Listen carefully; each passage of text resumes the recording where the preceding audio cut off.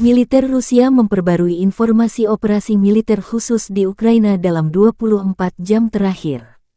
Juru bicara militer Rusia Letnan Jenderal Igor Konasenkov, tanggal 16 Desember melansir terjadi kontak senjata di arah Donetsk Selatan. Pasukan Ukraina berusaha merebut posisi yang dikuasai Rusia. Unit tempur yang siaga 24 jam meredam percobaan serangan dua kompi angkatan bersenjata Ukraina yang diperkuat tank dan infanteri di dekat Slatkoye, Republik Rakyat Donetsk digagalkan. Dua kelompok sabotase dan pengintaian AFU dihancurkan di dekat Novomayorskoye dan Shevchenko, Republik Rakyat Donetsk. Hingga 50 prajurit Ukraina dan 3 kendaraan bermotor dieliminasi, kata Konasenkov. Secara total, Igor Konasenkov menyebut 344 jet tempur dan 184 helikopter, 2.673 kendaraan udara tak berawak Ukraina dinihilkan.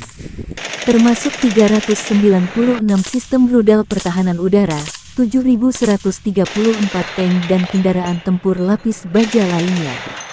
Juga 931 kendaraan tempur yang dilengkapi dengan MLRS, 3.689 meriam dan mortir artileri lapangan, serta 7.625 unit militer khusus dan perangkat keras dihancurkan selama operasi militer khusus, kata Konasenkov.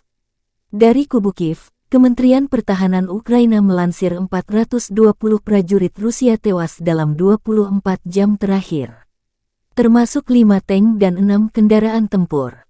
Angkatan bersenjata Ukraina juga mengklaim menembak jatuh 61 rudal jarak jauh dalam serangan besar-besaran terbaru Rusia di sejumlah wilayah.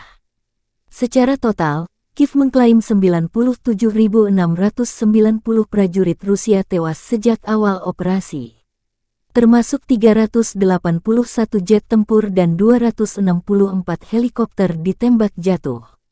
Presiden Ukraina Volodymyr Zelensky menyebut sistem pertahanan udara Ukraina bekerja efektif dalam serangan terbaru Rusia.